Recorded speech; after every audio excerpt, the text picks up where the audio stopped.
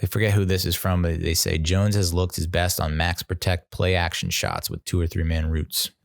So why don't the Giants do more of that on first down? If you're going to throw 2-3 tight ends on the field and make it look like a run on first down, play action, boot, play action, get one of those dudes, Caden Smith, maybe down the field. Combo route. If you have the 2 or 3 wide tight ends to one side, combo route that stuff and rubs and all the scrapes and all that good stuff. And Evan Engram is at his best when he's running from left to right or right to left, when he's running side to sideline. It's just don't run him at 2 yards off the ball. At least get him 5 yards down the field. I don't think that's a lot to ask. Daniel Jones has now played in 16 full games, so let's take a look at the numbers.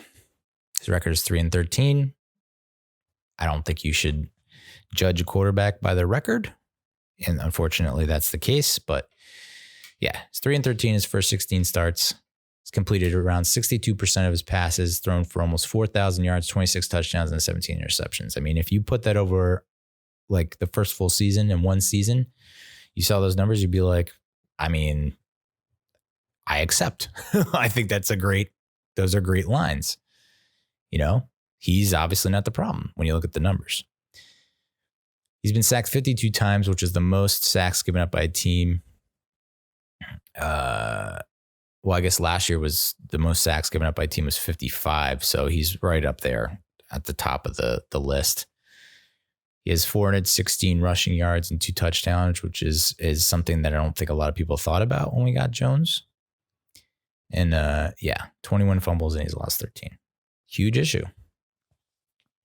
He's pressured on 58 dropbacks in the first 3 weeks of the season, the most of any quarterback in the NFL. He had 9 pressured 9 times on 17 dropbacks in the first half against the Rams. The Rams had 4 sacks on the Giants' first 4 possessions of Sunday's game. They pressured Jones on more than half of his dropbacks in the first half. So, number of contributing factors that we've all mentioned.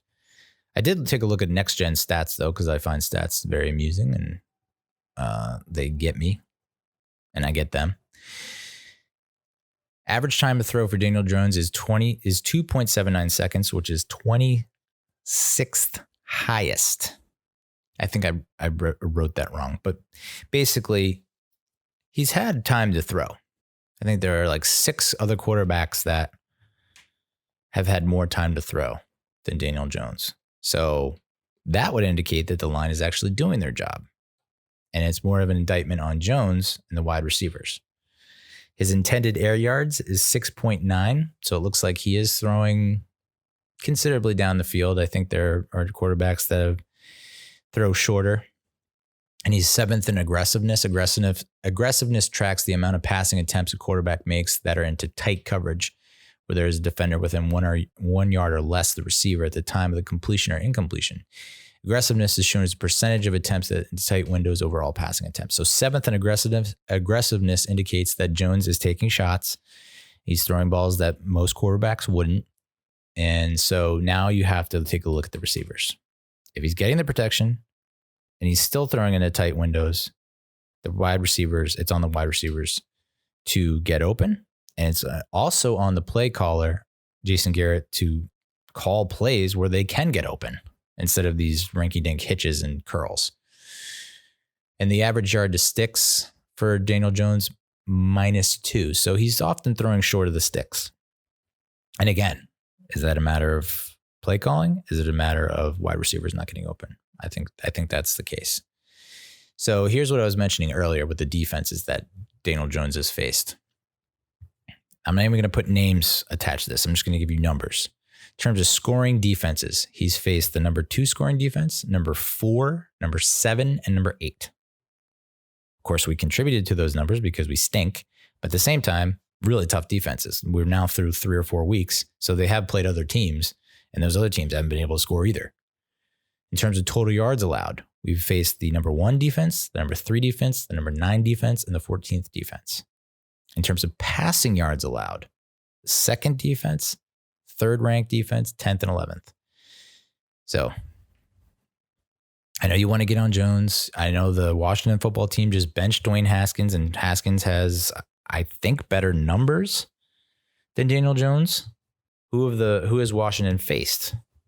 Arizona, Philadelphia, Baltimore. I can't remember the other one. Philadelphia, Baltimore, Arizona, Carolina. I don't know. But defenses that are not as highly regarded as the ones that we've faced. So, and you look at, sometimes you have to go dive deeper into some of these numbers. With Haskins, there's an expected completion percentage. I don't know who comes up with that. And then there's the actual completion percentage. And his was like second worst out of all the quarterbacks that were monitored. Daniel Jones is right there in line with his expected completion percentage. So he's completing the passes he should. Dwayne Haskins isn't. Dwayne Haskins, I think it was like average completion yards per attempt was like 3 or 4 yards. Can't have that. So I think if Jones gets into that territory, then yeah, you have to consider about making a change. But, so far he's all right. He's holding his own against some of the best teams in the league, best defenses in the league. I'm not even going to get into the Golden Tate Jalen Ramsey thing. It's like, Jalen Ramsey cheated on his pregnant girlfriend who was Golden Tate's sister. They met up after the game. Ramsey threw the first punch, apparently. Judge doesn't see a reason to discipline Golden Tate, and I agree. It's like, that's a family matter. He didn't do it during the game. It was after the game and whatever. It's just like, I'd like to see Tate give a little more fight in the game than after. But it's a rough situation. We're 0-4 now, right? So here are our rankings after 4 games. For the defense, we're 5th in yards. I don't know that you could have imagined that in your wildest expectations. The fact that we were able to do that is above and beyond. It's great to see. And I'm hoping they continue to do that because, okay, maybe the Bears offense isn't so great. And we faced a depleted 49ers offense. So it's like, I don't know, Steelers offense looks like it could be middle of the pack or better. And then the Rams offense, which I consider to be a top 5, top 10 offense. So the fact that they're limiting yards at that kind of level is just phenomenal. And then we're 13th in points. And we'd probably be even better if we didn't just give up in the second half against the 49ers.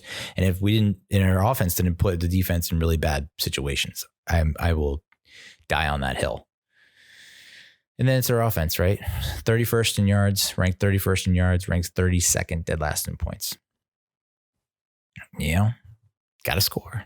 And that's, I guess it's partially on Jason Garrett. It's partially on the talent that we have available, but seems like if you watch the second half of the Rams game, the running game is starting to come along. Then will the play action start to hit that different? And then we'll start to move the ball more. Here's a not so fun fact. From 1973 to 1976, the Giants were 12-43-1, only 14 game seasons then. From 2017 until now, the Giants are 12-39. And we have the worst record in the NFL since 2017. We're 4 games ahead of the next closest team, which is the Jets, of course. So I don't know how much longer you can continue to put this product out in the field. It feels like we figured out the defense. Now you got to figure out the offense. Special teams is there. Defense is there. But as Joe Judge says, got to be complementary football, and the offense has got to start picking up the slack. And that's on Jason Garrett. Figure it out, man. You have what you have as what's available to you. If the first 4 games were the preseason, it's week 5. We're now going up against, and we'll get into it, a defense that is not great. So if there's ever a time to break out, this is the week. This is a tweet from Big Blue United. This is kind of unrelated, but I thought I'd throw this in there for all you Gettleman haters, of which there are many. Dave Gettleman, GM, traded JPP for what ended up being BJ Hill. It's another awful trade on his resume. Hill barely sees the field week in and week out, while JPP continues to be a very valuable player for the Bucs. At 31 years of age, JPP has 4 sacks in 5 games this season. Yeah, I'm not going to lie.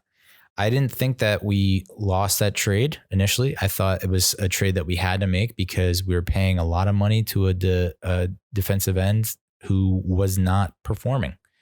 Or we thought because of what happened with his hand in the accident that he had lost the ability to grip and to play like he used to. And turns out we were wrong. So yeah, hand up. I'll own that. It would be super nice to have JPP back, but what are you going to do? Through 4 games, James Bradberry ranks second in the NFL at cornerback in overall defense and third in coverage, according to Pro Football Focus. He also leads the league in passes defended with 7. Hell yeah, man. And if you look at, someone else put a tweet out there about Allen Robinson, the second, and said that you take a look at his stats through the first 4 weeks. He every week was great except the week he went up against the Giants, and that's because James Bradberry was on him. So,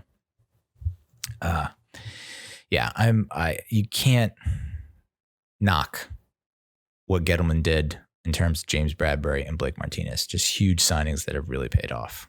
Vincent Rappisardi said on Twitter, Will Hernandez is tied for 6th among guards in run block win rate at 75%, which is good to see because I think a lot of people were coming down hard on him, myself included.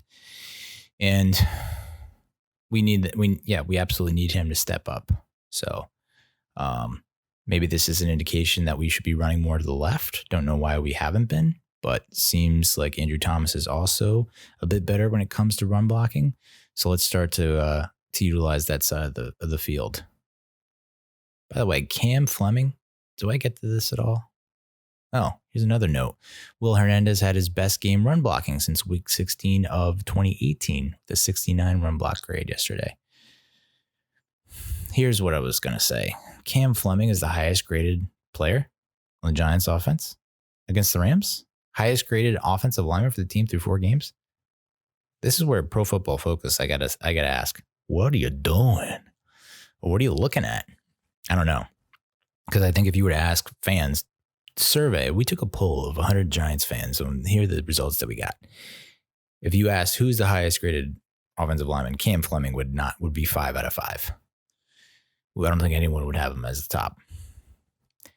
But the Giants offense managed to keep Aaron Donald's overall grade yesterday under a 70. For context, Donald graded below 70 just once last season. So, and I mean, we lost. A loss is a loss is a loss, but that's got to be, I mean, if we're still counting moral wins, moral victories, then notch another one in the moral victory column. And we talk about play action. So far this season, Jones has only 20 play action pass attempts, despite completing 65% of those attempts for 9.6 yards per attempt and a touchdown. Play action works even when the run game is ineffective. Play action, dude. Just do it. Giants are the second most blitz team and 11th highest in pressure at 22.4%. Jones has the 12th highest snap to throw rate at 2.79 seconds, which I think I debunked that. But he also has the 4th most tight window throws of players who start 4 games. So, yeah. Play action should help with that. Play action should help with the time to throw. Play action should help open up the deeper parts of the field, throws that are 20 plus yards down the field. So why not do it, Jason? Just succumb. Come to the dark side of play action, Jason Garrett, and let's get this done. God damn.